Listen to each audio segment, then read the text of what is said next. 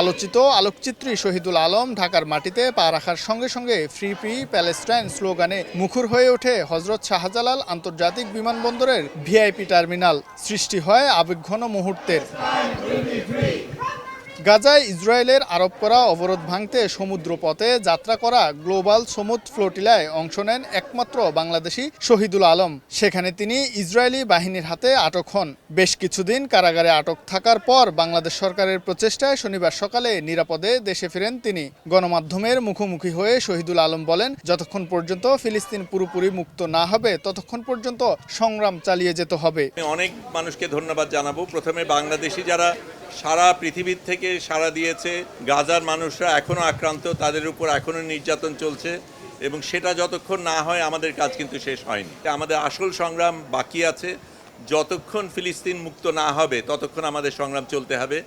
আমি যেতে পেরেছি, অনেকে যেতে পারিনি, অনেকে আমার সাথে যোগাযোগ করেছিল, তারা যেতে চেয়েছে। আমি মনে করি আরও হাজার এরকম ফ্লোটিলা যাওয়া দরকার এবং যতক্ষণ না ফিলিস্তিন মুক্ত না হবে আমাদের এই সংগ্রাম চালিয়ে যেতে হবে।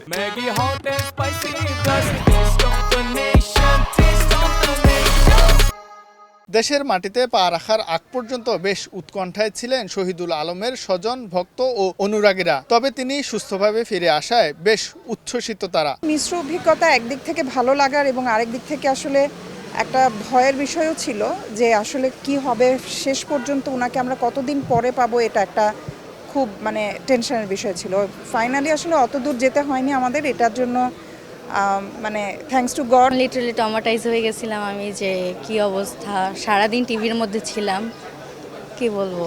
আর আজকে আসতেছে, সারা রাত না ঘুমায় আসছি যে জানার জন্য যে কি অবস্থা, যতক্ষণ না দেখবো মন শান্তি হবে না। শহীদুল আলমের এই সাহসী উদ্যোগের জন্য অনেকে তাকে অভিনন্দন জানান। প্রধান উপদেষ্টা ডক্টর মোহাম্মদ ইউনূস এক বিবৃতিতে বলেন, শহীদুল আলম এই অভিযানে অংশ নিয়ে দেখিয়ে দিয়েছেন তিনি বাংলাদেশের অদম্য চেতনার এক উজ্জ্বল প্রতীক।